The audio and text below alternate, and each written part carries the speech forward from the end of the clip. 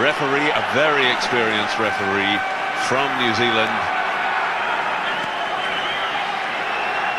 Everybody, including Paddy, with all his experience, I'm sure, anxious to get his World Cup underway. And the man dropping out, Louis Kuhn.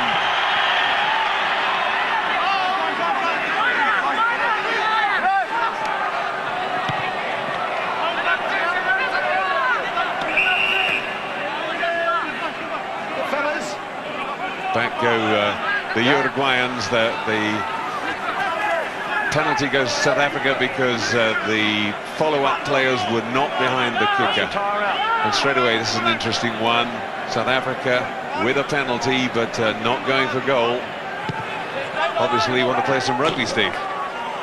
Yep, they know Kuhn can kick as well as anybody, so they're going for the tries. Dani Kutsia, now the #1 hooker, very definitely in South Africa.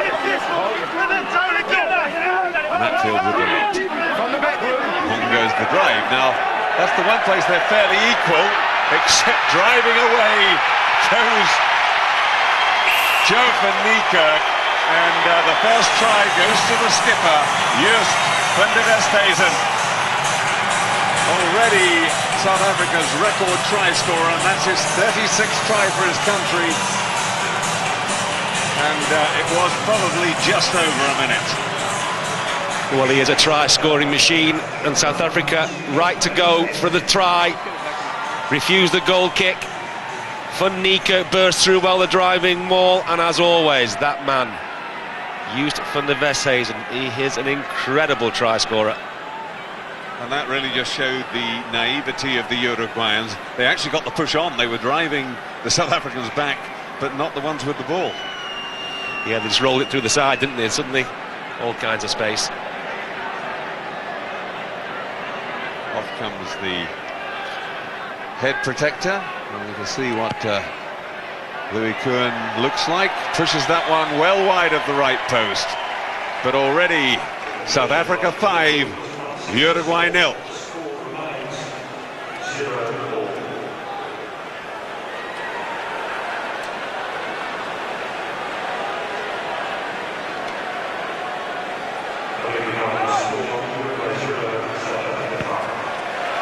Well, the public address announcer worrying me for a moment. I think he thought that was a penalty and announced it was still 0-all. But 5-0 it is. South Africa running from deep in their own 22, finding a hole straight away. No problems at all for Jacques Toury, the new cat. Nice little run early on to get him into the play. Taken up by Kutsia. Kuhn pushes it wide. Little chip through from De Wet Barry. Now a little chip and chase, this time from Ibarra.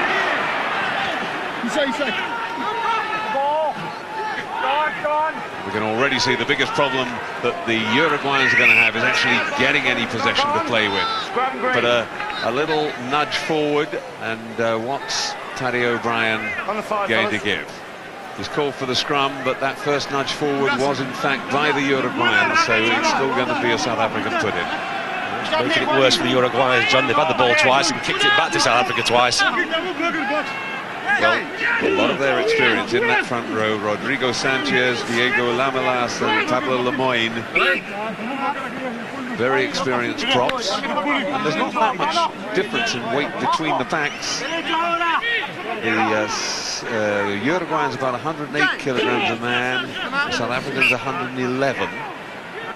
And certainly the strength of this Uruguayan side is very, very much in the forwards. Number 5, the big second row, Juan Carlos Bardo. He plays at Bergla, Bordeaux. Lemoyne's at Stade Francais. And the number 8, Rodrigo Capo, is at Castro. So they've got good experience of top-class French rugby. And there's a couple of semi-professionals in Italy as well. Nicolas Brignoni, the blindside flanker, plays at L'Aquila. Can't stand up.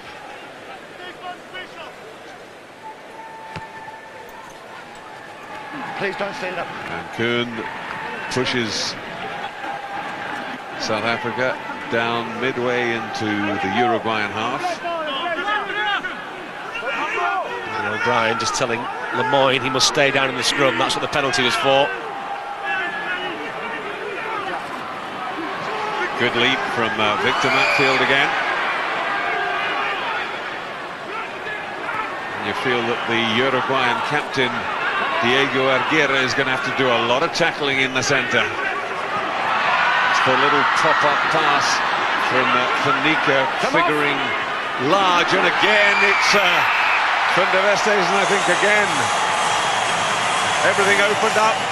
Again, the man who made the first big dent was Fanica, and again the man who finished it off, Just Van der Westhuizen. I used to think Gareth Edwards could score a few tries till I saw this guy play. Just never stops. One sniff of that try line. Great support play from him.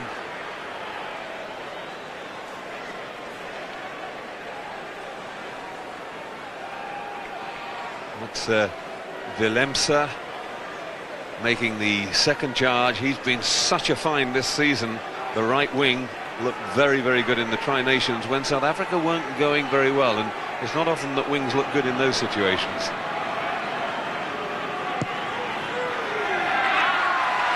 This time, Koen's on target.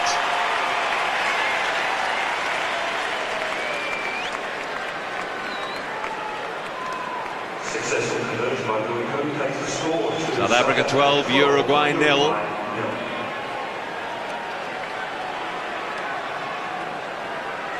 And certainly, as Steve Smith, you were saying earlier, the one thing they don't want to do is kick it back. And when they get it, they need to just try and hold on to it, don't they? Absolutely. South Africa will be merciless. You can tell the intent a couple of minutes ago when they ran the ball out from just 10 metres from their own line. So they're going to run everything at Uruguay.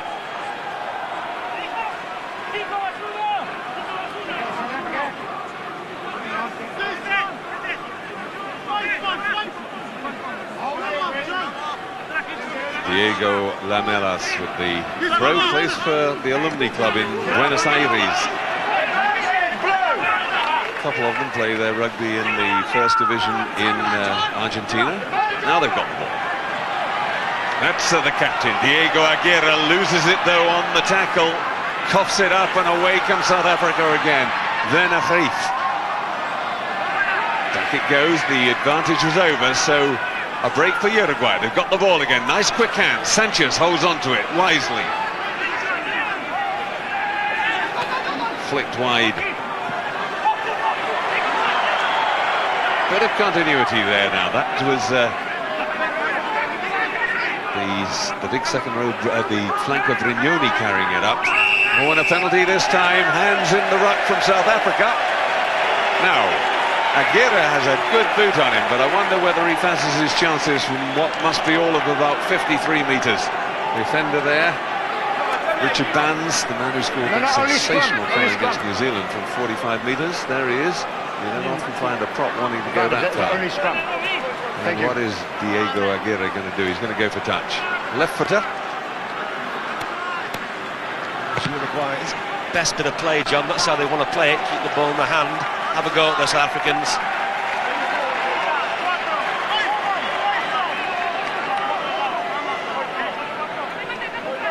So here they are with a line out just outside the South African 22.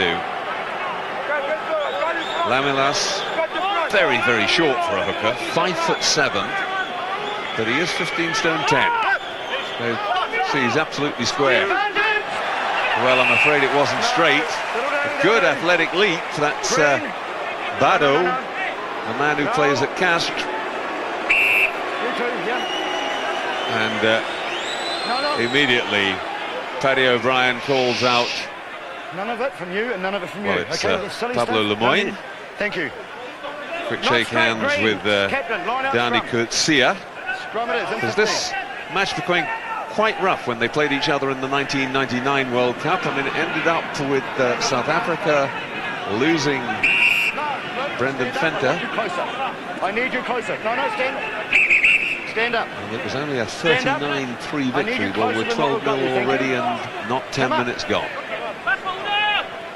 Engage.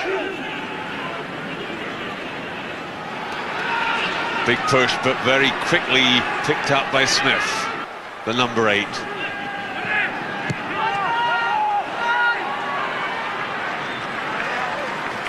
Good touch.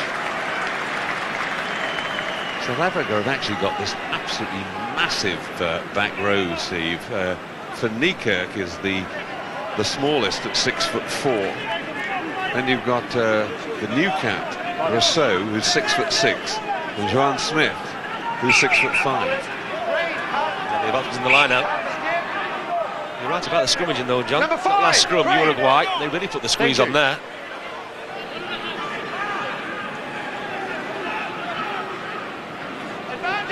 Well, it's a bit of a shambles at the back, and it drops South Africa's way, driving away again for Niekerk. Good tackling that time in the centre. They were taking no dummies. Roll away, roll away! Stay here. Chipped through by Van der Westhuizen. Oh, and on the bounce, he just gets there. That was Emiliano Ibarra. Once again, Filemsa providing the pressure. He was there too. Filemsa right on the ball. He also scored a terrific try against the All Blacks there in his first season debut against Scotland in the pre-Tri Nations internationals.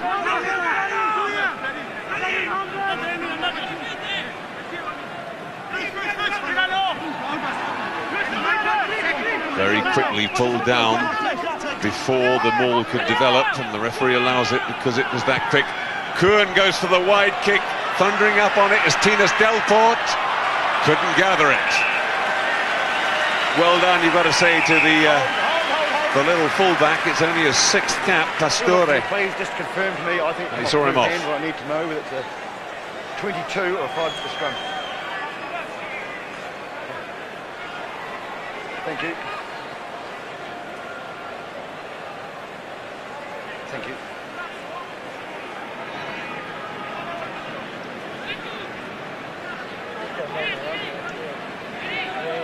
Well, that was just knocked back by the fullback. It was certainly in touch in goal. Now, is he accusing him perhaps of deliberately knocking the ball out of play?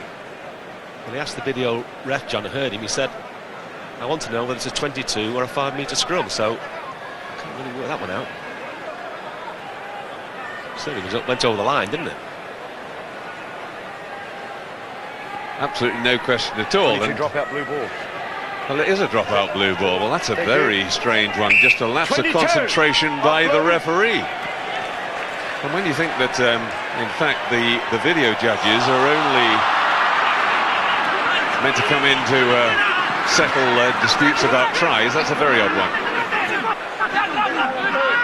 But Uruguay then making a mess of it. Now they're in trouble again. South Africa piling on the pressure in the 22. The ball was out, says the referees. It hasn't got a problem with that.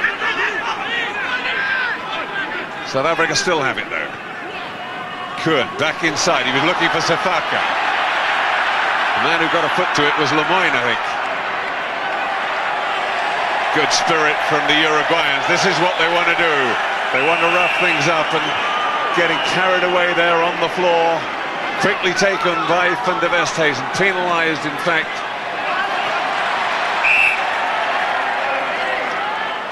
No advantage. Green scrum.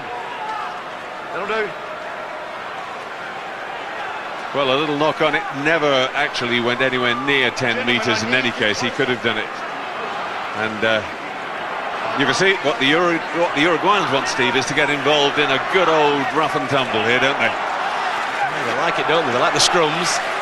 They like the close encounters. They're going to need to do a lot of tackling.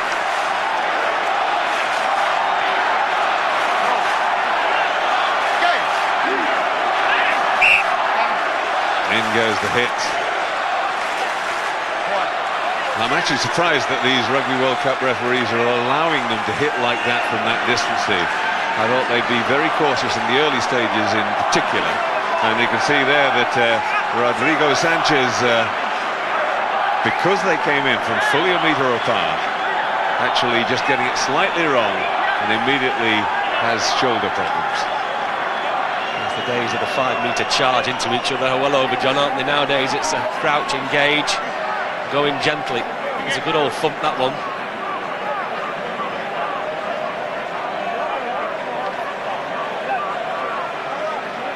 Paddy O'Brien talking to Pablo Lemoyne.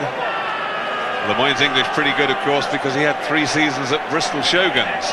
Was with them when they won promotion into the Premiership, and left before the start of last season, in fact, to go to Stade Francais.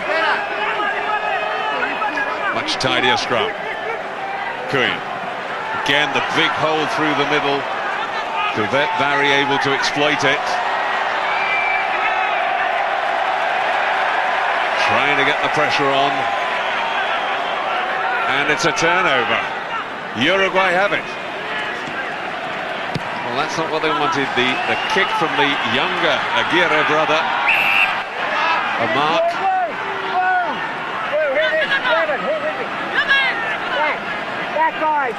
Werner Krief.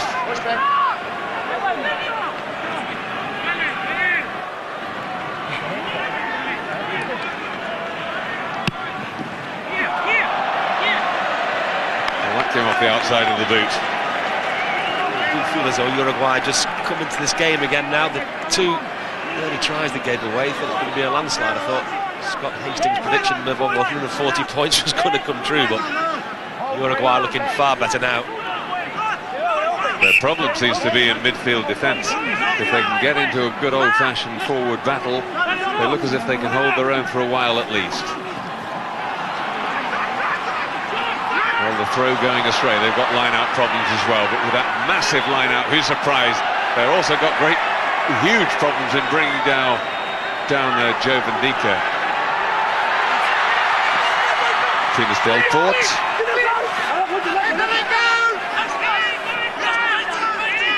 Van de Westhuizen. That's Duvet Barry. A little flick, no advantage. It was a knock forward, scrum down to Uruguay. So knock on from South Africa, but it was a tremendous break by Van Niekerk. He's having a great game. He's everywhere. 2 or 3 of them getting down in the end. Great yardage made. Wasted opportunity.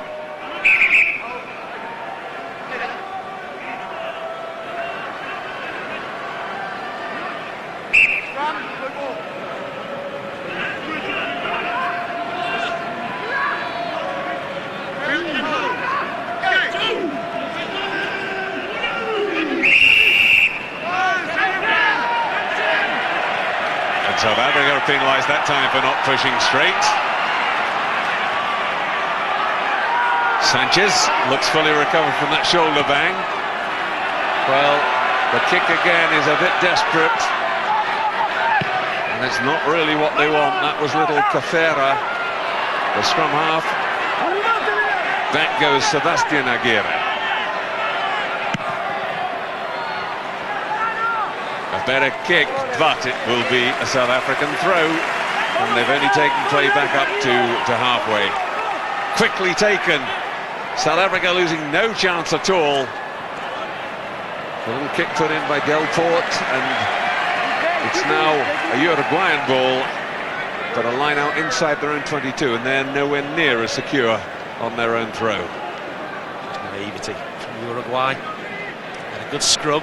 A couple of nice charges, set up a couple of mauls, and they kick it away.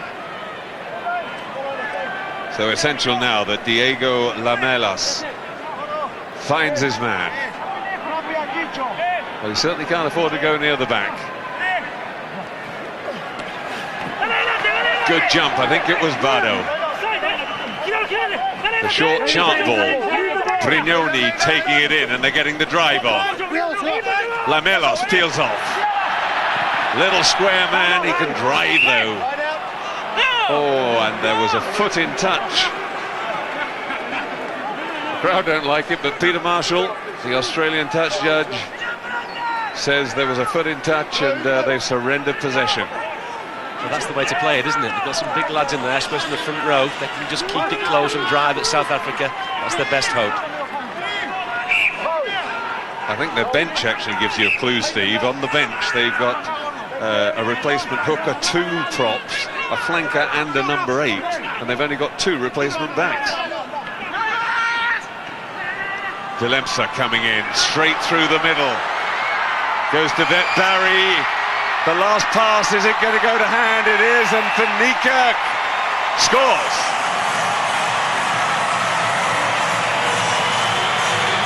That was made and finished by the back row. Terrific support. Fanika having a tremendous game. The break through the middle, this is what Uruguay really can't afford to do. They must make those tackles, otherwise they're in big trouble. Taken on by Rosso. Looks inside to his fellow back rower. Who can clean score to him. It's been a fantastic night so far.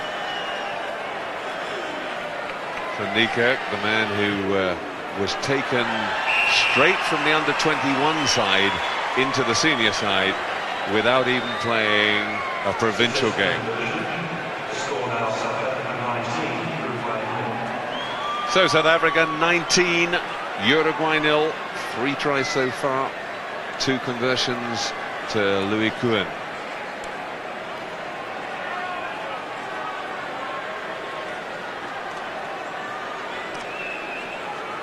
Marcelo Gutierrez looking pensive. The man with the brought out is Sebastian Aguirre.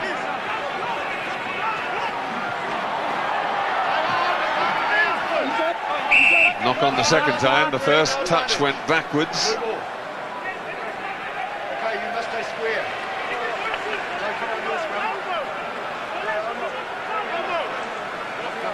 Oh, nice solid scrum from Uruguay. They've shown they're capable of doing that. Keep the ball in hand. And keep down in the South African 22. It's the only chance they've got. Stay down, stay! That's good, picked up by Capo from the number 8 position, and I think that was a ruck.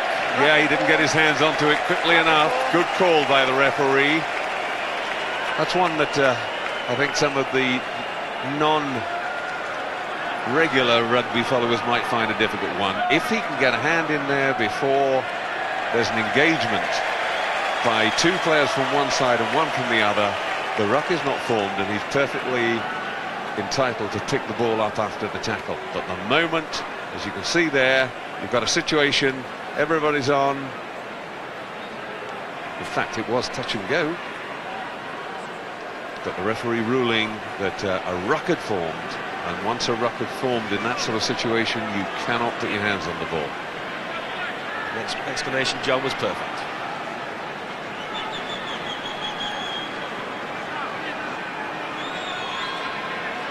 Diego Aguirre then with a chance to post some points for Uruguay. Captain, 29-year-old. Smack on target, and the cheers are bigger than for anything we've seen so far in the match. Crowd love it. Uruguay have points on the board. It's South Africa 19, Uruguay 3. Yeah, they deserve that.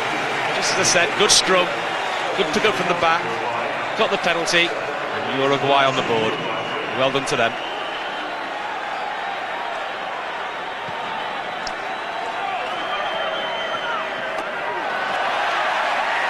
Good leap by Capo to take that one. He looks a very good player, Capo. Well, he plays his rugby in Castres, and the important thing is he got down there at an early age. He's only 22 now. Aguirre going through the middle. Crowd thought that was a high tackle, and a penalty against South Africa. And I think Kuhn is being called out, and Paddy O'Brien wants to talk to the captain, Joost van der Westhuizen, as well. Second penalty now at the tackle phase. No more, we're going yellow. Yes, please. That's good refereeing, John. What he's saying is, it's twice South Africa have killed it. Next time there'll be a yellow card. They've got to referee the breakdown very strictly. Paddy O'Brien's going to do that. Next time it'll be a yellow card.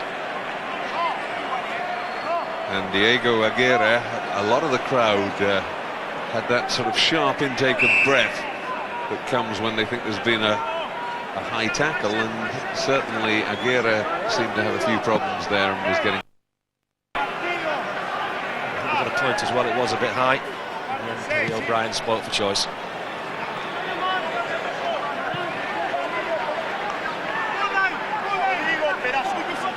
Sebastian Aguirre, also a left footer, taking the kick to touch, and because it was a penalty kick and not a free kick, the line-out throw goes to the side that kicked it into touch. Another good take, this time it was Alzueta. Good drive from the Uruguayan, and they're playing advantage. Paddy O'Brien has penalised the South Africans already, but a chance for the Uruguayans to capitalise first. Back it comes. Driving through his capo. He's going back and says there's no advantage. The man penalised was Victor Matfield for coming in from the side.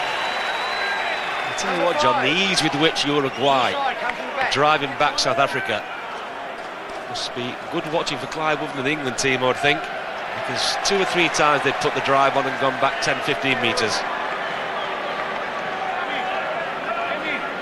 And Diego Aguirre doesn't even think twice, he's going for goal.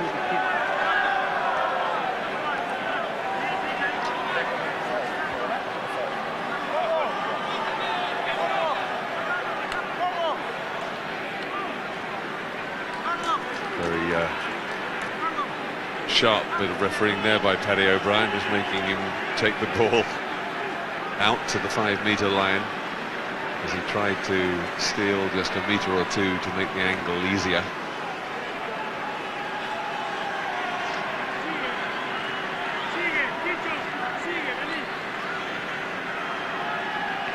Well, this should be his favoured side. Pulling the ball in. Oh, and he's drilled it again. That's a terrific kick. He's got a boot on him, that's for sure. The crowd love it, don't they? They're cheering the underdog. They've done well, they deserved it. Scrummaging well, driving through the mauls well. Well worth 6 points. 19-6, South Africa lead.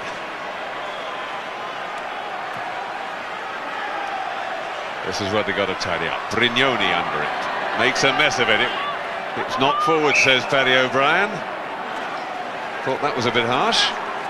Maybe it just nudged forward the second time, but it's scrummed down and South Africa's put in.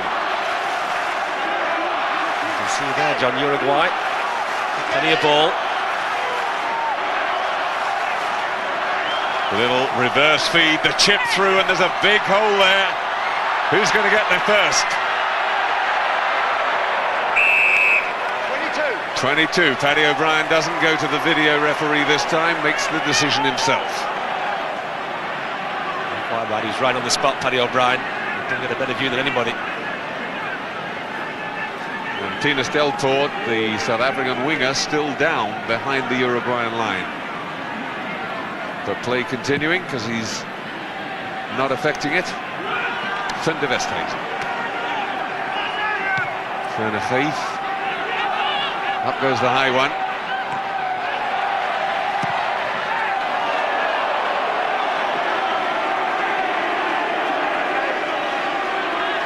The kick to touch again. A few boos from the crowd. They thought Pastore might have been tackled late, but I think that was fair enough. Good game, Paddy O'Brien. John calling most things right. The feed straight back to Kutsia sets the line moving. Devet Barry tries the dummy and gets a swarm of Uruguayans for his trouble. The chip through by Kuhn. Very well read by Pastore, but his kicking's not so clever. Got to it nicely, but couldn't clear. Now the South Africans have it again. Big drive that time from Smith.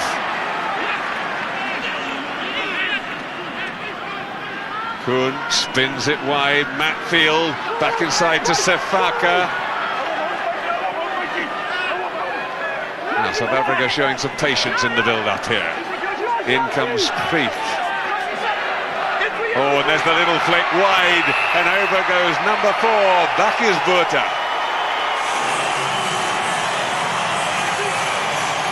Had to come. That's where South Africa are going to be so strong, they're so athletic.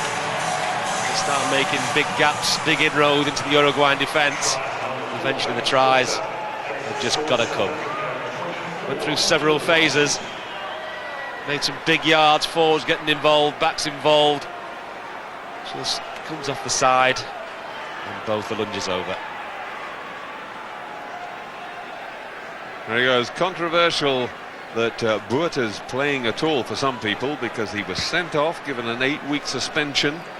But it was from the time of the sending off during the Tri-Nations, and everybody knew he wasn't going to be playing any provincial rugby back in South Africa. So effectively, he only served a 1-match ban.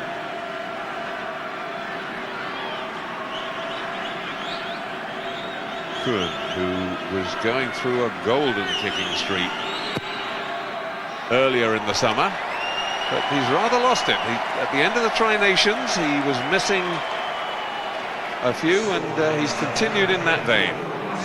South Africa 24, Uruguay 6. He couldn't miss at one stage, could he? Win over Australia. He really was on fire then. And for South Africa, a very good job earlier in the summer, because it was a kick from him that actually secured the 26-25 victory in the last moments against Argentina.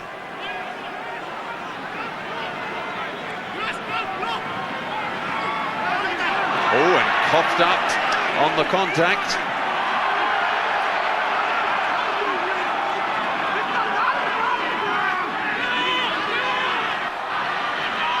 Well, advantage over, says the referee. The little man, Martin Mendaro, taking it forward. Sets it up well.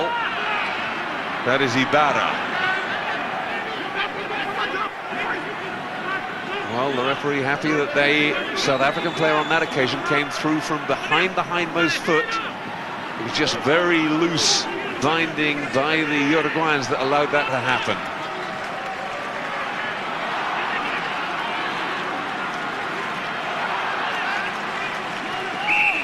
Little nudge forward there by Sanchez, and it's going to be a scrum to South Africa.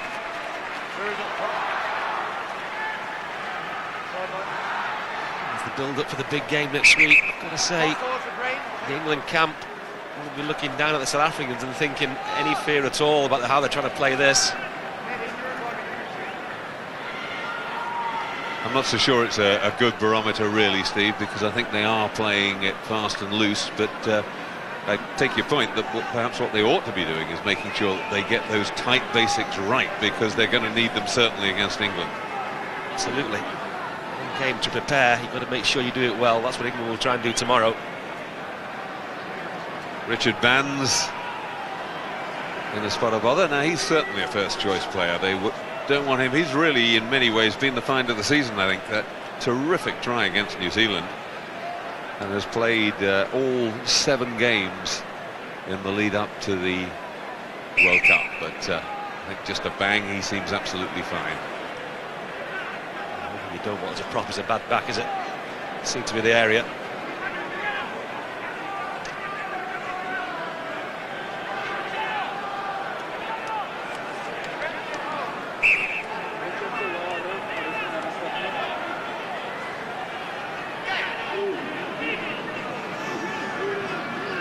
Just over half an hour actually gone. That clock you see in your screen is stopped with the injuries, so it should be pretty correct when we get to the 40 minutes. Penalty South Africa, Uruguay going over the top. But they won't be too concerned about that in that sort of area.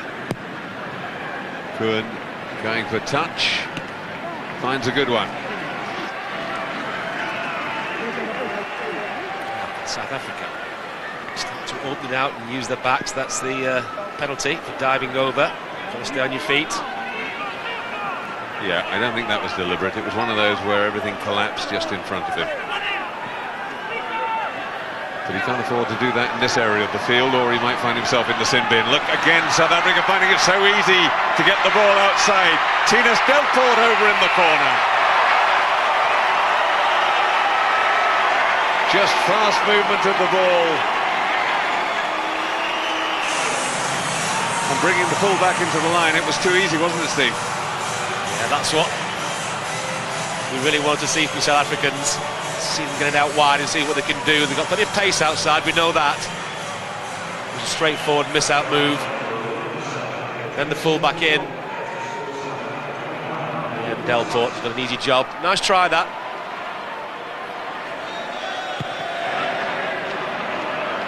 And again, Kuhn looking as if he was on target for a moment, but actually hitting that one with a bit of slice, hitting it really badly.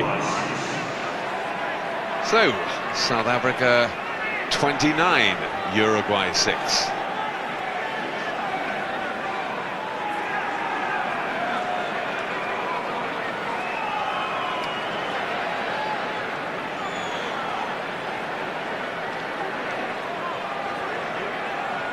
So just 2 conversions out of 5 so far from Kuhn.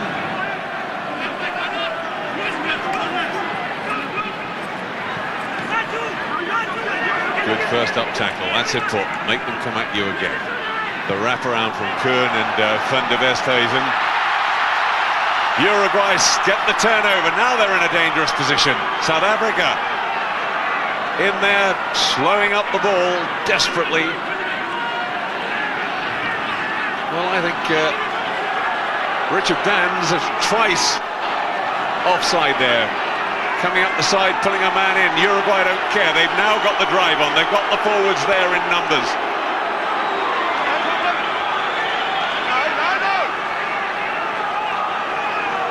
Again, it's coming slowly at the wrong moment. So they try and set it up again.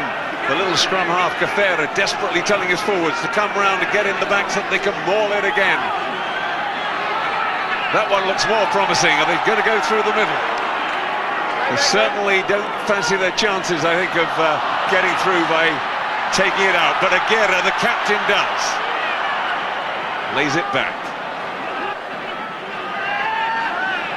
And a little nudge forward at the vital moment. What a pity they couldn't quite get the ball set as they wanted.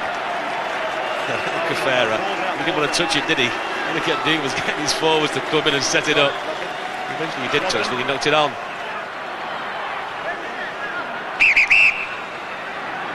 Another stop for injury, and Sanchez in fact has got a cut, so they're asking for a blood replacement.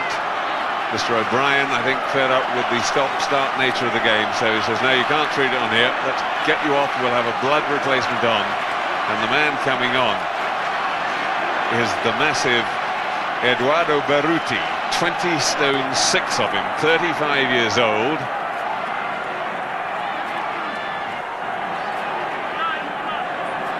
So if anybody thought they might have a little respite, they can forget it. Absolutely. Just what he wanted, isn't it, with about 5 minutes ago.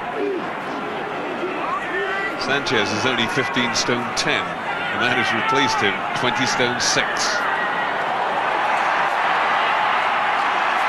Just getting it away beautifully. This is Jacques Fourie, the new cap, with a chance to really show him. Go for it, says Willemse, and he needs no urging. And a try for the new cap on his debut. A terrific run it was. A great moment for Fourie. First cap being put away 70, 60, 70 metres out. To score it, didn't he? Big weaving run. A lot of pace. As soon as he was clear, he was always going to get there. Great moment for him.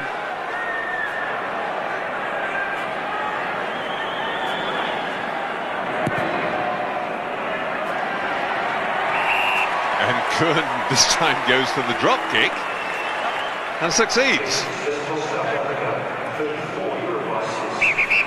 You've always got the option of taking a drop kick. It's not very often done in 15-a-side, compulsory in 7s.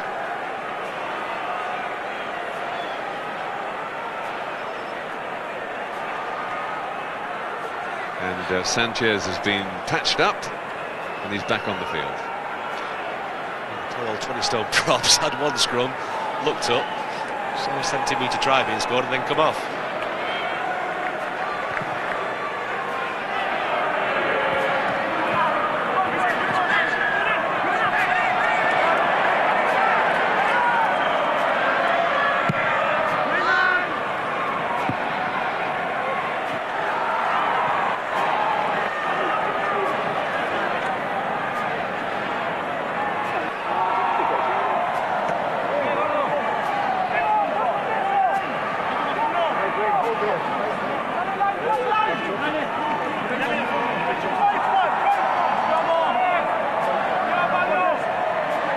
Diego Lamelas, got a very young son, just a few weeks old. Good jump that time from Alzueta. Now some support in midfield. Mendaro taking it up. Well, I'm not so sure it was meant to be a missed pass, but it worked. We're going to get another doubt, shall we? Dodgy, don't they, when they start to try and pass it down the line? Looks like a heavy medicine ball going down the line, doesn't it? Yes, you don't feel that they've got too much faith in their ability to pierce this back division. South African back division, very quick and very big. Little knock forward there, spotted by O'Brien, by Gutierrez.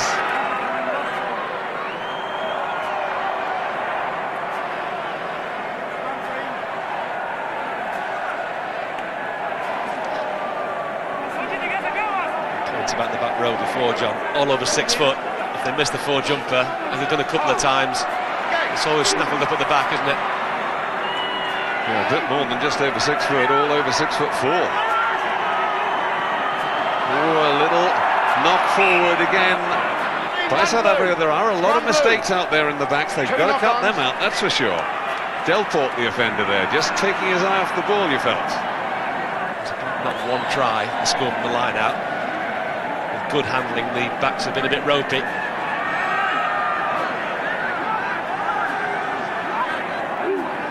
Delport, who played for Gloucester last season, more a fullback than a winger, and a penalty.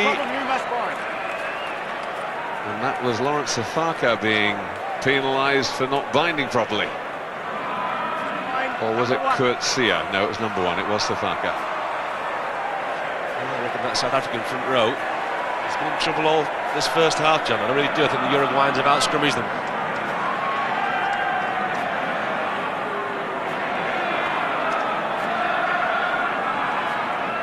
That's Diego Aguirre. You know you're talking about one of the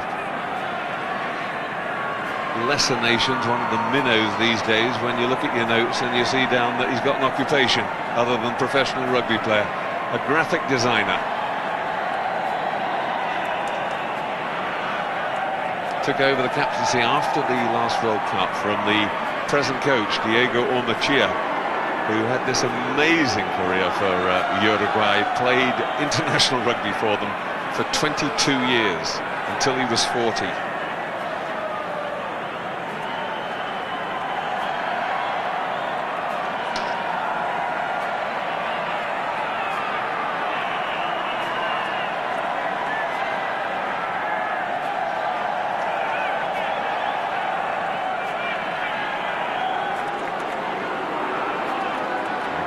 Lines it up, left-footed, he's got the length, that's for sure, but he pushed that one wide of the left post.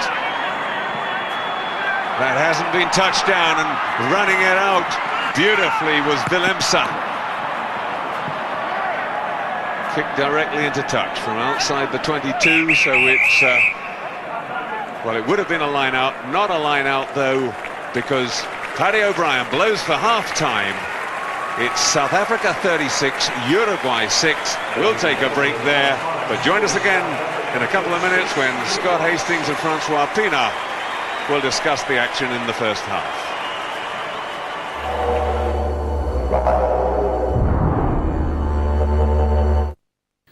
36-6 at half-time in Perth. Meanwhile, you can see highlights of all today's action in our roundup show, 4 p.m. on ITV1, just after 7 o'clock here on ITV2, and 9 p.m.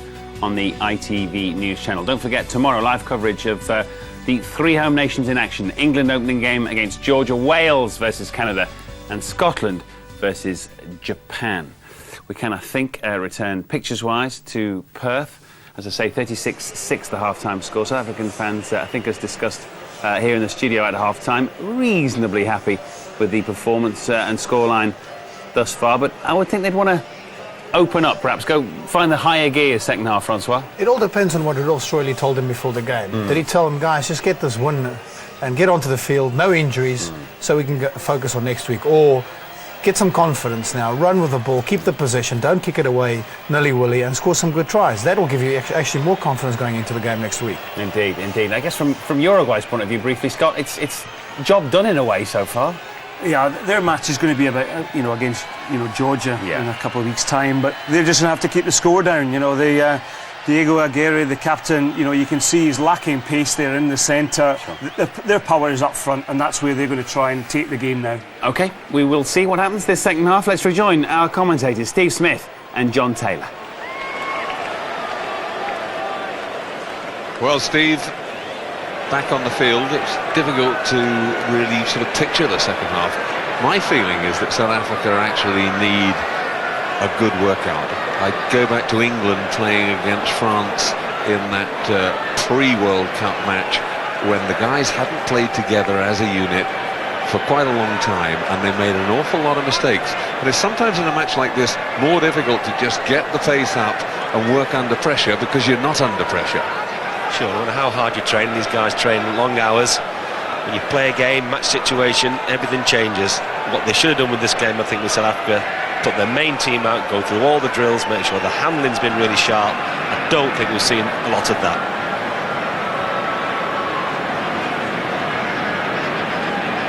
Just waiting to get the timing absolutely right, because there's this World Cup fever all around the world. Television audiences in so many countries all trying to coordinate and get back to the action at the same time. We're ready. Sebastian Aguirre gets it to Danny Rousseau. Oh, the little flick inside was untidy. That was from Johan Smit.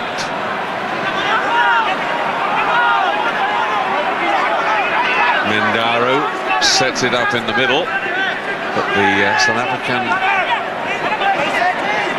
player, it was Van Niekerk, I think, just got on the wrong side of it legitimately. The second player was the one who was penalised. Van Niekerk got in so early, he was allowed to be where he was.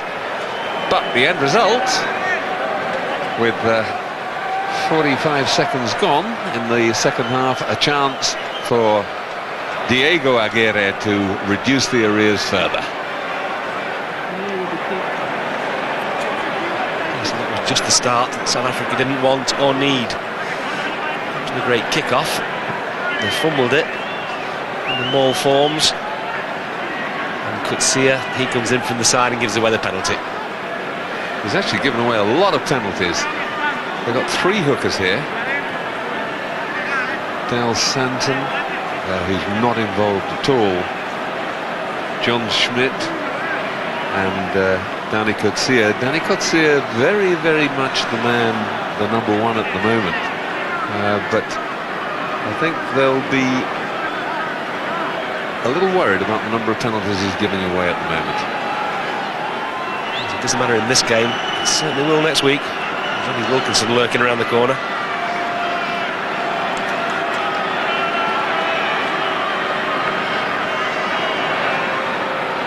Aguirre from about 37-38 metres with the angle.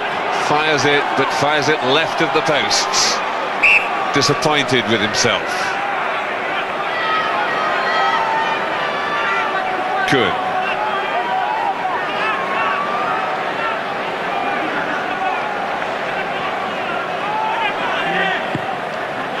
Up goes the high one for the big back rowers to chase.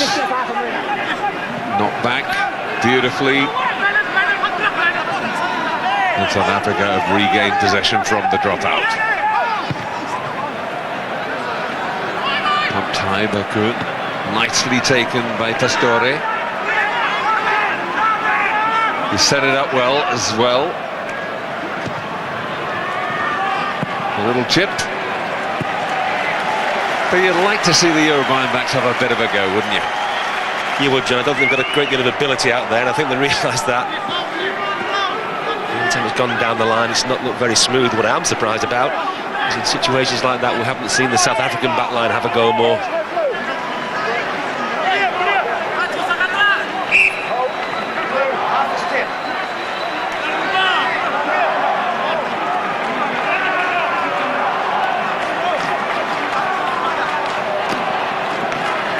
Looking for the hole through the middle. Rousseau, big tackle, cheered by the crowd, and I think it was Sanchez who got in there.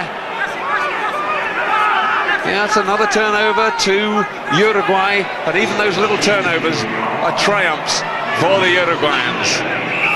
And he held on in the tackle. He was isolated, no support there. It was a pity. I said, John, it was a cracking tackle from Sanchez. Put him right back from where he came. Unfortunately, the ball then not released.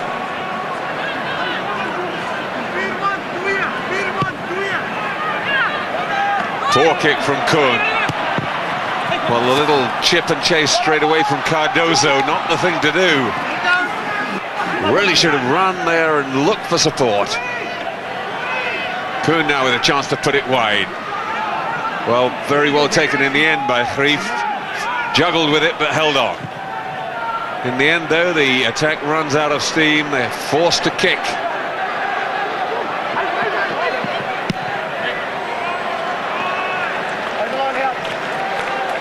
And a neat enough clearance from Cardozo.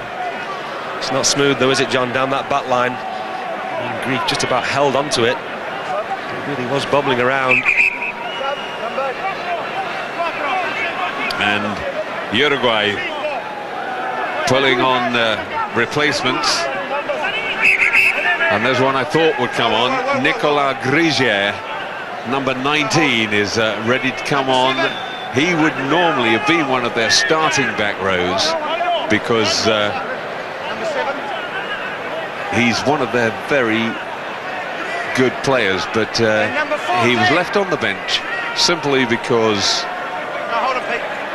he couldn't get away from work in time. They gave him 3 weeks holiday, and they were prepared to give him 2 weeks off, unpaid leave, but no more. And if he took more than that, he was going to lose his job. So he came 5 days later than the rest of the team, and they felt he hadn't had enough time to really acclimatise. And the other man coming on is the other one who was in exactly the same sort of situation. He had work commitments, Juan Menchaca, who in many ways is probably their best player. So this now resembles the Uruguayan first 15. Couldn't get enough work, eh? Do you remember those days? Yeah, when everybody was moaning about training in the evening and having to do a proper job of work, I thought I can remember that. So Uruguay holding their own well, and they've now got two of their better players on the park. Nearly charged down by Van der Westhaven, but they're not offside. There was a little knock forward by Sanchez. And South Africa have it, so Mr. O'Brien still playing advantage. It's shoveled out, but again it's poor ball shoveled out. I think they feel because they're not under pressure that they can get away with things that they wouldn't normally try, and that's not good practice. Once again, almost a situation where Uruguay turned them over. The problem with the back line for me, John, is in Kuhn you've got an old-fashioned fly half, if you like, more of a kicker than a handler. It just doesn't look smooth leaving his hands at all the cramped up than outside centre. And that really a very poor reflection on South African play. Paddy O'Brien gave him all the time in the world to take advantage of the advantage, and in the end they ended up 10-15 yards back from where they started. Just hold. Engage. Come up, come up. Okay. Clive Woodward is here this evening. Don't stand up. Don't stand up. The one time they can't stop you watching a practice session is when it's not a practice session, when it's a proper match. Well, they can't kick you out, can they? Hold. Game. Van der Westhuizen feeds, and penalty this time to South Africa. The man penalised Lemoyne, I think. Yes. Yeah, he's pointed out by the referee. He doesn't agree, but then he wouldn't. That is Menchaca.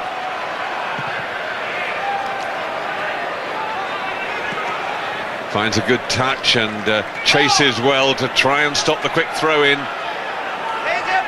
Couldn't do it. Vans was there to take it. Quickly along the line. The number 8 Smith.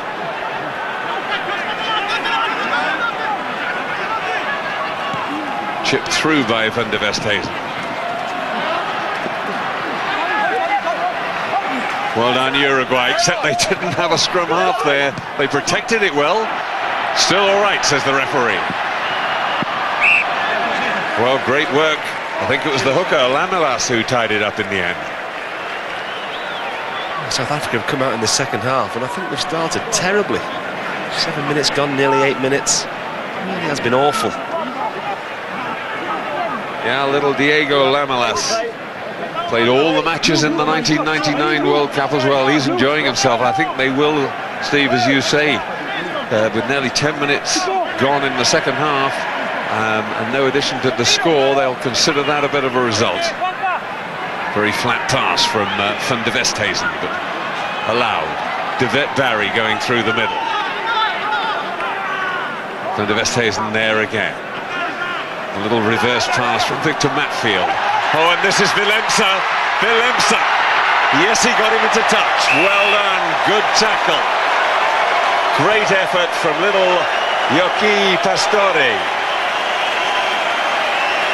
It was a terrific tackle. He was flying into the corner. He's not slow, he's no slouch. Pastore just comes out of nowhere. Had to make it, did make it. Well done. Great effort, because Willemse is a very difficult man to stop, as teams much better than Uruguay have found. O'Brien is saying you've got to play. If you don't quickly take the line out, they'll find themselves getting penalised. But here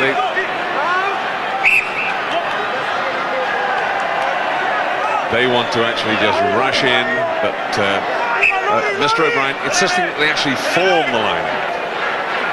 Oh, and they've lost it now.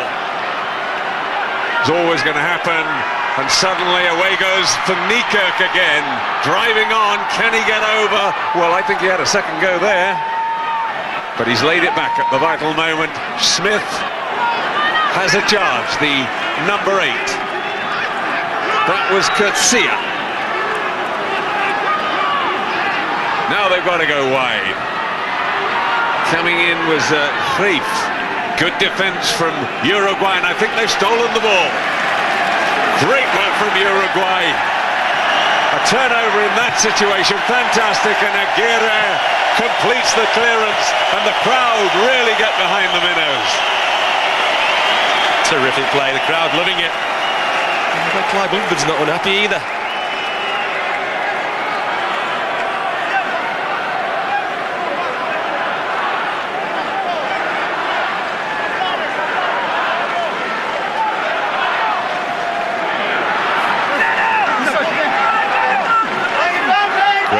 From Bacchus Water.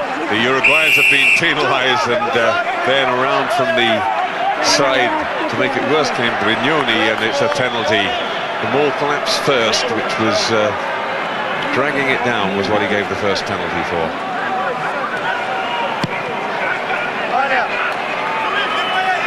The ball, again, where you've got people from both sides involved, and the ball held in hand, at least 2 people from one side and 1 from the other. In that case, a lot more. And what you're not allowed to do once it has been formed into a ball is the defending side is not allowed to drag it down. Oh, and a quick taken In goes Richard Bands, his second try, not as spectacular as the first, but again showing that he's got a very quick acceleration when he needs it. Richard Bands scoring the first try of the second half for South Africa. And that explosive acceleration for a prop. Of course, this is the one area where Uruguay really have struggled in the line-out. Handling onto it, he takes some stopping, doesn't he? Bit of an outside swerve there as well, very impressive.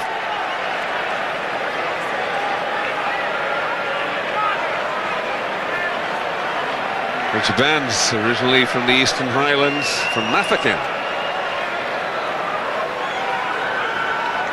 Now plays his rugby for the Blue Bulls in Pretoria.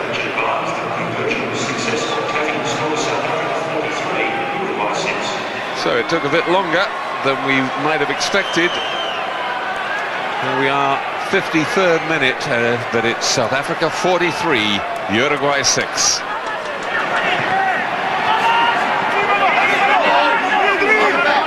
Field made the take. Now they've got the ball. This is what I was talking about. Uruguay now are not allowed to drag that down. As long as South Africa are driving forward, they can keep it going like that. He's broken away, and that was a tackle, so that was okay. Van der Westhuizen hoists it high. It's a good one too. Willemse's underneath it. The deflection gets it to Smith, and a knock forward by Menchaca. Inevitably the game goes on, of course. The poor Uruguayans will feel the pace of it. There's more gaps out there, but it's now that South Africa need to do the work. Up close, up close. Hold. No call. No. Free kick, South Africa. Hasn't gone 10. The drive away by the new man, Dani Rosario. Yes, he's over.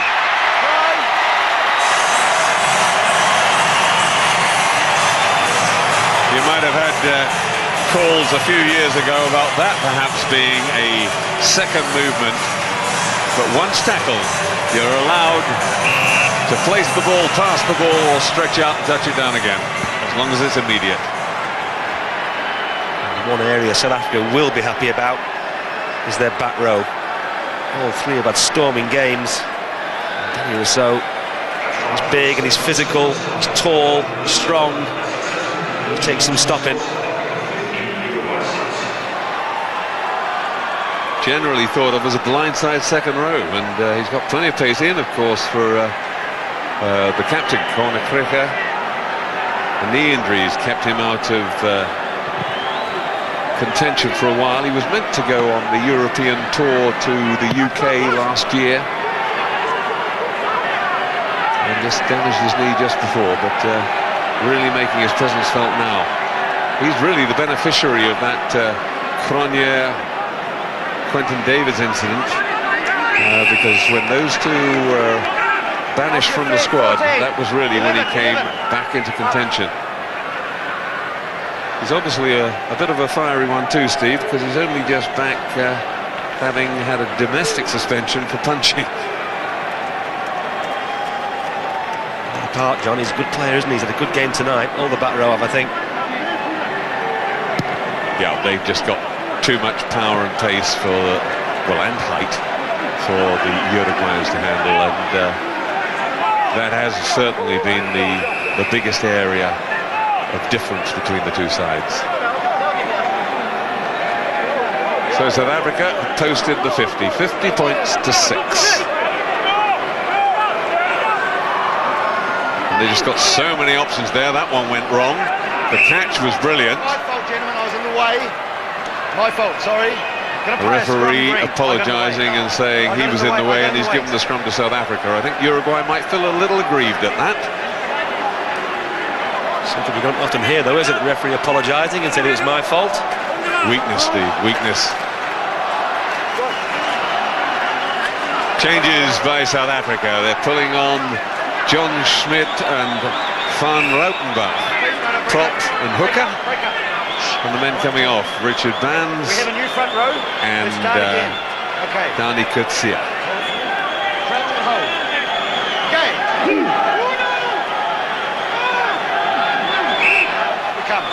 That time the referee not blaming anybody for the scrum going down. So often happens when you get replacements. That first scrum.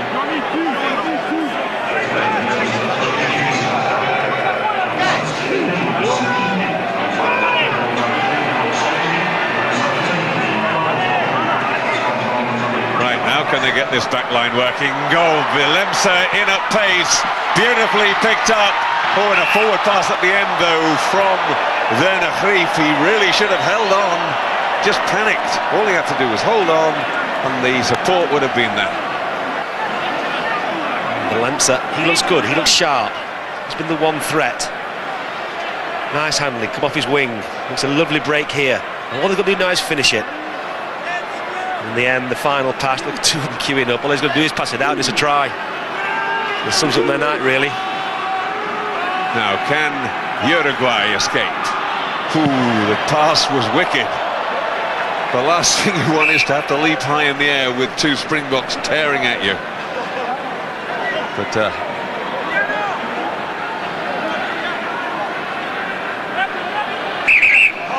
think that was... Who's going off? Which number? Number 6 blue. Number 6 sub. Chaka who got it away, but the referee now not able to tell who's meant to be coming off and going on. Uruguay making another substitution. The man coming on is a number 8, Hernan Ponte, and it looks to me like Brignoni coming off. It is indeed. Oh, and the drive's almost through the middle of the line out from Rousseau. Well held in the end by the Uruguayan forwards. Springboks now trying to set it up. And was that the captain going in for his hat-trick? Was indeed. Just van der Westhuizen getting his 3rd try of the match. Says he's going to retire after the World Cup, but quite fancies going out as top try scorer, isn't it? Once again it was a line out.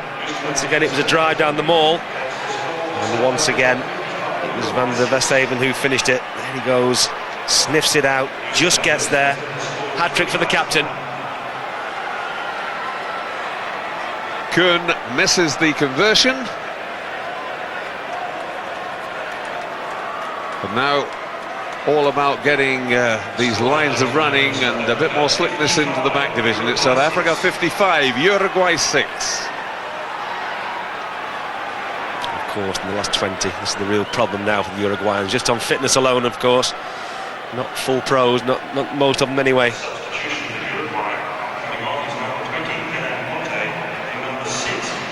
No, a very long way from it.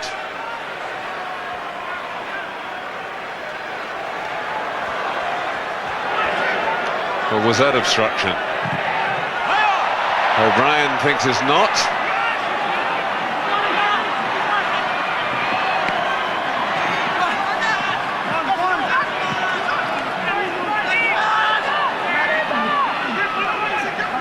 The tackler now just being told to get away, having made the tackle, so that the ball can be given to the support player. Nice work, a knock on that time by Vilemsa though. And again, Uruguay sticking at their defensive duties well, Steve. South Africa are trying to play the rugby, they're trying to get it flowing, they just don't seem to be able to do it. The last pass, the little knock on, just ain't going for them, is it? And the interesting thing is, I think you put your finger right on it, that Kuhn seems to me to be very much an old-fashioned style fly-off. He doesn't look happy at really conducting the big passing movements. Would be great for you in a defensive game where kicking dominates, but I get the feeling that the tide has turned. This season, we've seen a lot more scores. Defence won the last World Cup. I think attack's going to win this one. Couldn't agree more with you, John. South Africans gone back to an old-fashioned way of playing, if you like. It's the way they've always played it, to be fair, but you know, they had to change, they had to get with it. The rest of teams playing really good attacking rugby.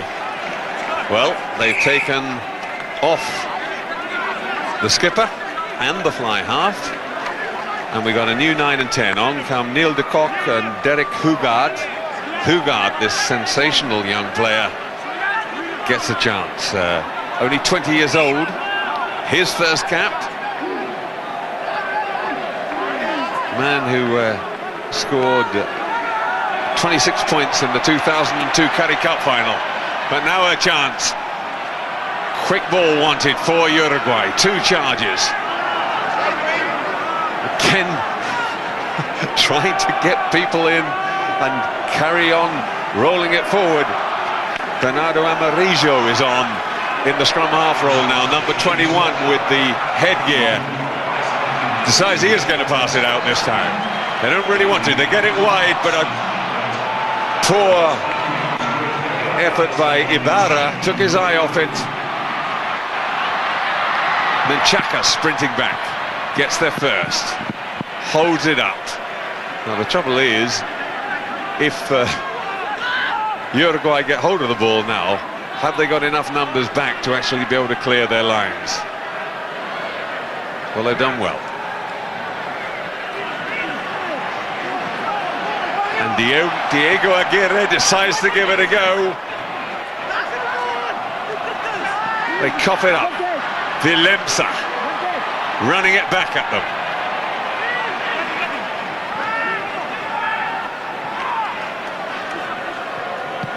Chip and go. The sprint is on. Again, thank goodness for Uruguay that it's Menchaca going back there. He's got real pace. And it's going to be a 5-metre scrum because he carried it back over his own try line before touching down. And South Africa will have the put-in. Menchaca, he saved 2 certain tries there. It's a real long burst of the first one, sprinting some 50-60 metres. Saved that. And got up and saved another one.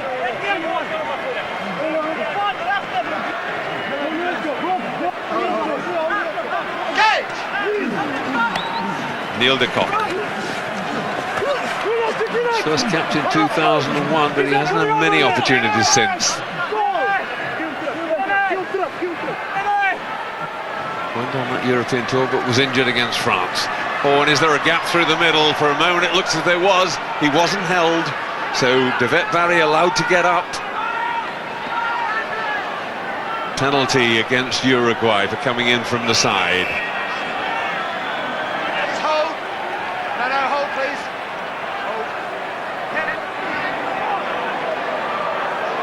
And now Mr. O'Brien calling out Diego Aguirre, the captain, and I'm sure he's going to warn them about killing the ball. Wants to have a word because he's going to say that we're going to have people in the bin, I'm sure. Stage of the game now, they want football, that tackle. Sorry. It's a tackle. Yes. They want football.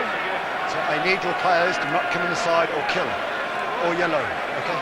Yeah, exactly that, John. In the side. He's saying to the skipper quite rightly, don't go in the side, don't kill it, otherwise there'll be a sin bin.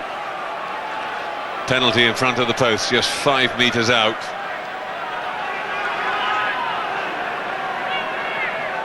It's coming on my whistle. De Kock over the ball. The referee says wait for the whistle. Decides to go to the left, went the direct route, and Uruguay were equal to it. Now, can they get it moving slickly enough? Oh, and straight through instead. Over goes Derek Hugard. Well, the referee wants to have a look at it on the video. Not sure whether he got it down or not, but immediately saw what the youngster could do. A little stop and go. Yes, it was slick. Before with an impact he's had this season. There he goes, he knows where the try line is. Now, does he get it down?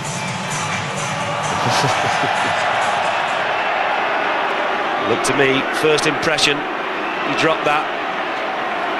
Ooh, that is a difficult one. He's got to get down with pressure on it. It certainly didn't go forwards, we can rule that out. So that's fine, it goes backwards out of there. But does he get any pressure on it? Not for me, he doesn't, John, no. He almost like places it behind him, if you like. So he just squirts out the back there. You know, I really wouldn't like to call that one. Because I don't think it was out of his hands. I think he's in contact with the ball as the ball's on the ground, just there.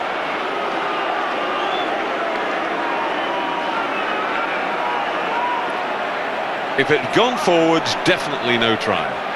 But as it's gone backwards, it's all legal, providing he got any pressure on at all. There we're seeing it, that's what he's wrestling with too. That's right, that's a freeze frame right there. He's almost got his own hand underneath it, scooping it backwards.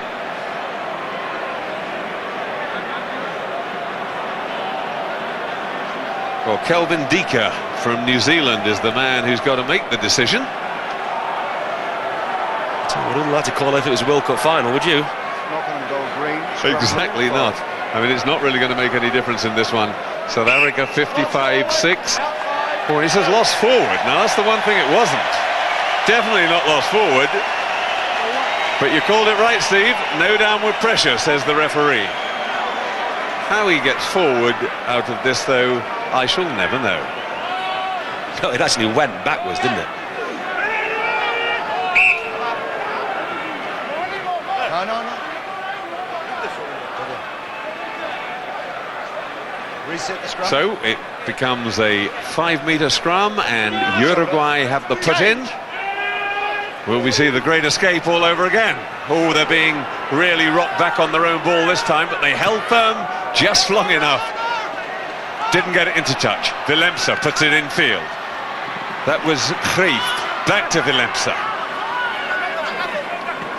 Oh, little fumble forward. No, says the referee. Picked up by Rousseau, an acting scrum half. That went backwards too, says the referee. And in go Uruguay this time. They've got the turnover and they fully deserve it.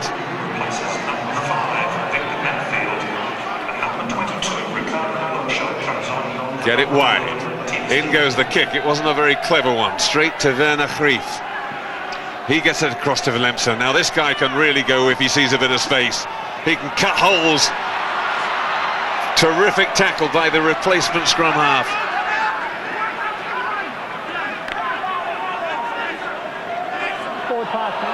Well, that was forward, surely. And it was, yes, picked up. I think he might have needed a bit of help from the touch judge.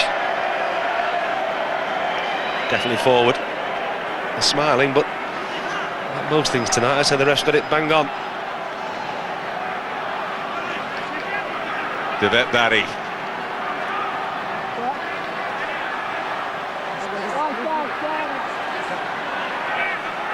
All the water carriers rushing onto the Uruguayan side. I think Paddy O'Brien will want them off. The feed coming in from Amarillo. Again, they're going backwards.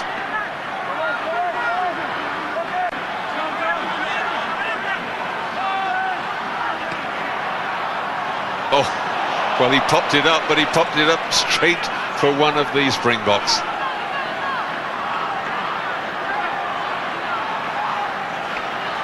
Jacques Fourie, pass going out, and going for the try. Back is Botha. Botha is second try.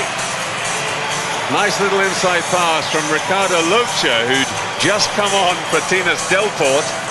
And while all the rest of it was going on, Selwyn Boom came on for Victor Matfield as well.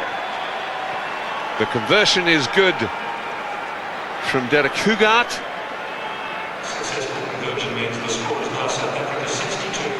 And the score moves out to 62-6 for South Africa. That was a pity. Seems though Uruguay stemmed the tide. They got the ball. Unfortunately, they're one of these teams look actually better without the ball. They coughed it back up again. And the try in the end was inevitable. Sanchez and Lamelas coming off. And the two men coming in. Baruti, the 20-and-a-half stoner, and Juan Andres Perez is the replacement hooker.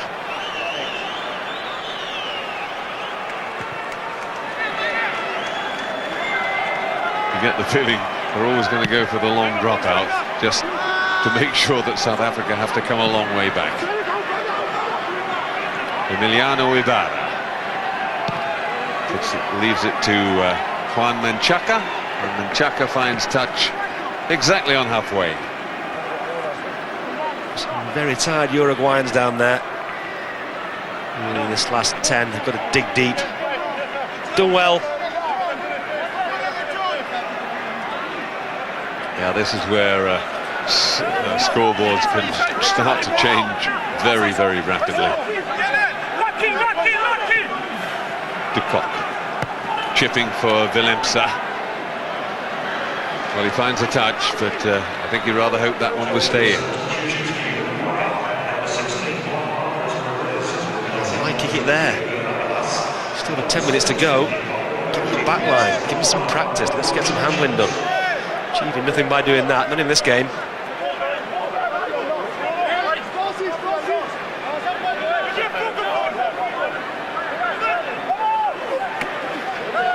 That's a very good take by Bado under pressure.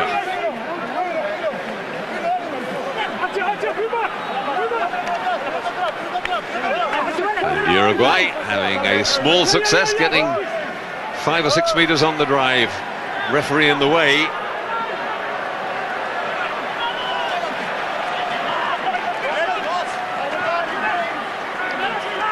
Knocked forward. Again, Paddy O'Brien actually a bit guilty there of being in the wrong place. That was picked up, he says, before it hit the ground, so no knock on. It was a knock on that time, though, and Uruguay had recovered possession.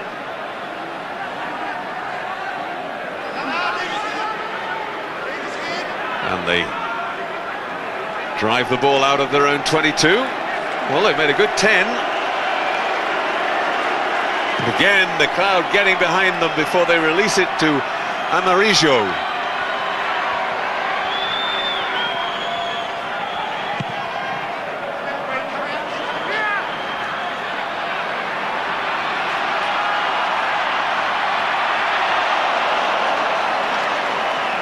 Good drive in.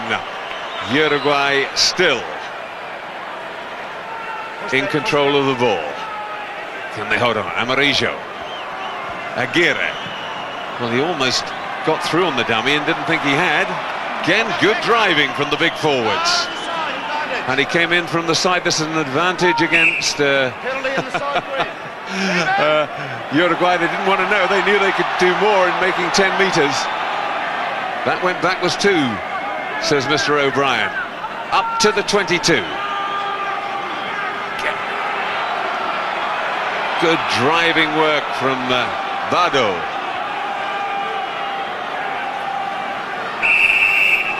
And this time a penalty against the Uruguayans. They split away from the ball and therefore ran into their own player who was obstructing. Front man must have the ball. Certainly where they're at the best. Mr. O'Brien explaining to them the front man must have the ball. So they're giving it away. Well, the only replacement from South Africa not on the field is Hendro Scholt, and I think he's now warming up and ready to come on. Coach Striley will certainly want to give them all a run out, which is now achieved. Scolt's on, and I think it will be Rousseau coming off.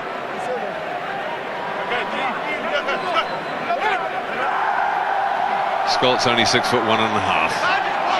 Knocked forward, and the Uruguayans couldn't pick it up, but it'll be a scrum down to Uruguay. I'm going to say, John, the South African handling has been so poor, hasn't it? It has, and they've not even had the nous to tighten it all up, slow it down, and get themselves moving, which I'm sure, if I'd been coaching them, that's what I'd have wanted them to do. Now the crowd really getting behind the underdogs, but another little nudge forward has ruined that chance, and Paddy O'Brien almost saying sorry, but the laws are the laws.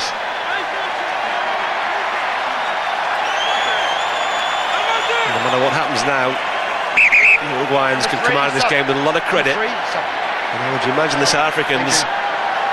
They've got a lot of worries. On goes the third prop, off comes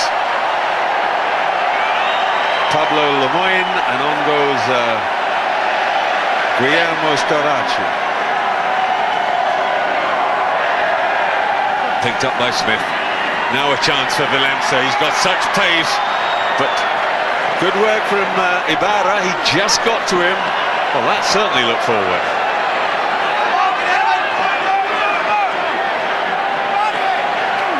Well, the knock forward, but I think he missed a very definite forward pass earlier in that move.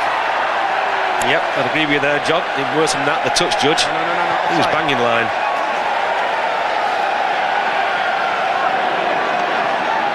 All the cheers now are for Perth waves going around the ground. And there are good waves over here in Perth, I can tell you. Coming west again after yesterday's match at the Telstra Stadium. Come to the warmth. Here we are 2,000 miles west of Sydney. It's a big country.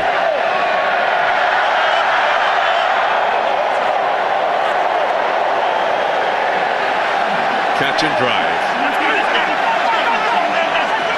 Well, are they going to manage to actually drive the amateurs over this time? It looks as if they are. There's got to be a try. Who's going to come up with the ball? It's number 19, Henry Spolt, the man who's only just come on. His first try for his country.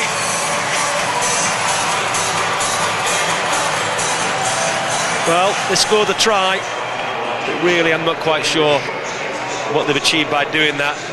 They know one thing, they can catch the ball in the line out, and they can do a driving maul. What I'd be doing if I was them is giving the back some practice. He puts out the side, it is Schultz. He's over, he'll be happy. I'm not sure the South African coach will be.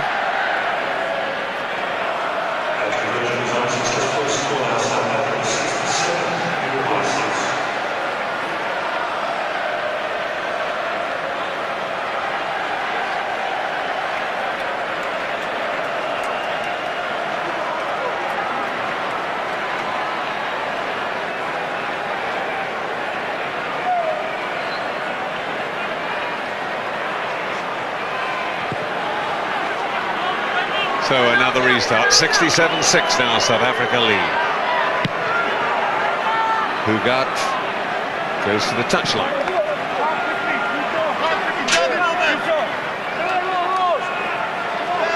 Well, still nearly 5 minutes left on the clock. I think now you get the feeling that Uruguay are trying to slow it down, Steve, whenever they can. This is Perez. Then again, good work from Bado. He's continued to fight really a lone battle there in the line-out. The only man who's got the sort of physique to compete with the South Africans. And a penalty to Uruguay, a man coming in from the side again. 18 offside. Selbon Bloom, the man penalised. Will suit Uruguay down to the ground. Just wind the clock down now. With the maul going, eat it up. They'll be very happy. Menchaka puts it into touch on the South African 22. I think it's a forlorn hope, but it would be great to see a Uruguayan try. Certainly would. He wouldn't be coming from the ringer though, would it? Once again, Bado is up the front, and the time throw goes to him. That's the one that works best. They've given up on all thoughts of anything else, and yet again he's come up, and then Go in front. Track and trailer. Again, guilty of obstruction. There was somebody riding shotgun for the ball carrier. Rodrigo Capo, the number 8. From Castra, he's given it everything as well.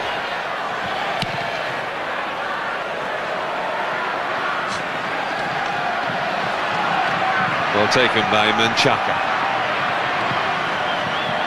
Hoists it high and is in for the chase. Safaka can't get to it.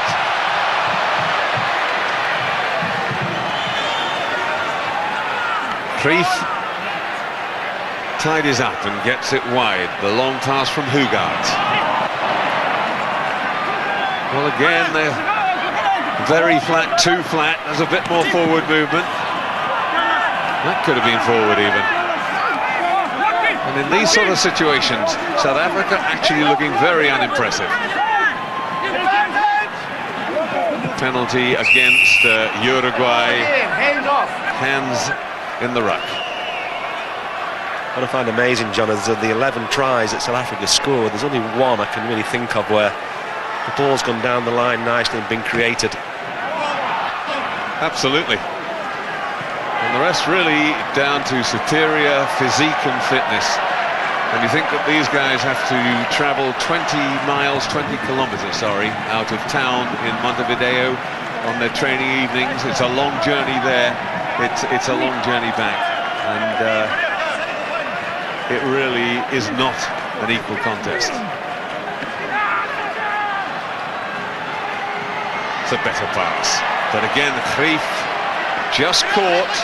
Great effort by Ibarra. He's looked a bit naive at times, but he's certainly not short on courage. Chip and go. The sprint's on. Oh, no, he couldn't get there. That's a try, I think. Greif, I think, has scored. But they want to go to the video camera, but I think, in fact, it ended up with Pastore, or was it Aguirre, just popping it up for him. He was so tired, the poor lad. He was treading water, wasn't he? His legs were going, but he wasn't getting anywhere. And that's a good try. No doubt about that one.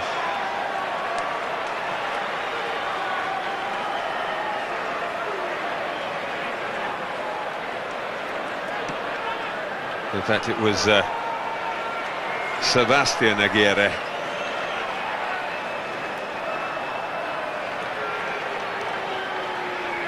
He couldn't possibly rule obstruction because he bumped into his own man before he put the ball down. Come on, it's a try. Let's get on with it.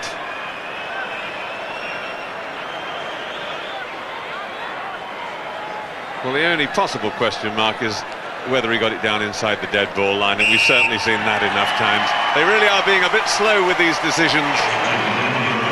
Scared of making a mistake, I suppose, which you can understand. But that was always going to be a try. The 12th try for South Africa. And that going on target in the end, but dipping underneath the bar.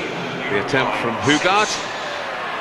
12 tries to South Africa, 72-6 they lead. That was a chip through.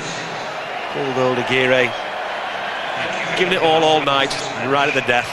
He just made the one mistake.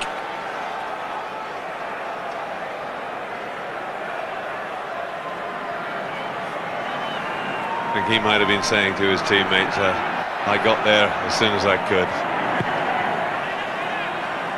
Nearly 17,000 watching this game, which is good for a match which everybody knew was going to be something of a mismatch.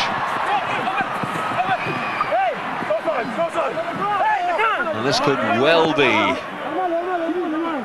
the last chance for South Africa to attack.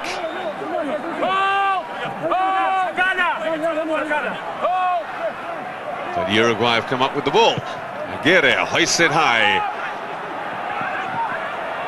And in fact, those men were all in front of the kicker, so they had to not go within 10 metres and then actually retreat.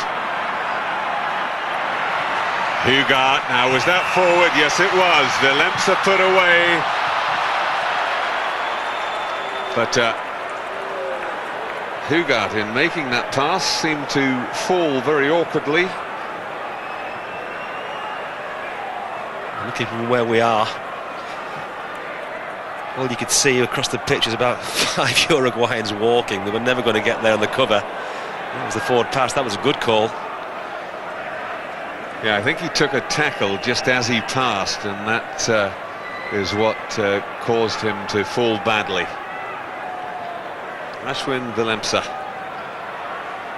as Francois Pienaar was saying, was probably heading for a very uncertain future as a member of one of the gangs in the townships, but had this real talent for rugby. It was spotted, and he had the character to make the most of it. He certainly looks sharp. not quite got away tonight. Every time he's had the ball, he's looked very dangerous. So the offence was the forward pass, and Mr. O'Brien penalising the Uruguayans for not engaging, not waiting for the engage before driving in. I think he's done pretty well. Difficult match. One-sided matches are always difficult to referee. But again, a bad mistake by the South Africans. Real scrappy, messy play from them and a turnover which ends up as a penalty for Uruguay. Yep, been that kind of night for them, I'm afraid. They'll certainly have to sharpen up before the England game. I don't want to tempt Providence here. But all in all, they cannot be happy.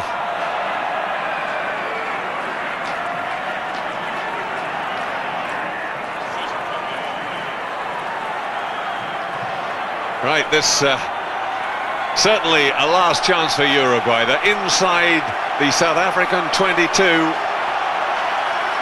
They've got the throw-in at the line out, they've got the crowd behind them. But I doubt whether they've got the energy to capitalise. Beautifully driven on by Berruti.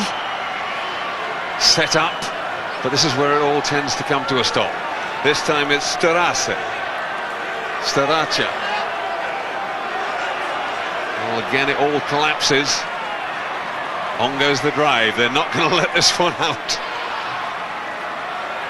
In goes Starace again.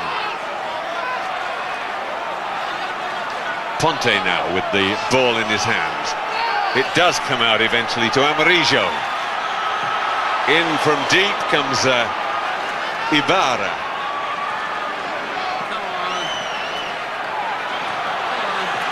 Nice little pop-up, there's half a chance here. Storming on, it's Starace.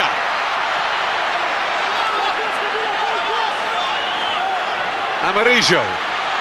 They put it wide. The captain trying to get in there and get his hands on the ball. Still in control. They've got men over out here on the left. On goes the drive from Capo, but he's into touch. And the referee says that's enough. The end of the game.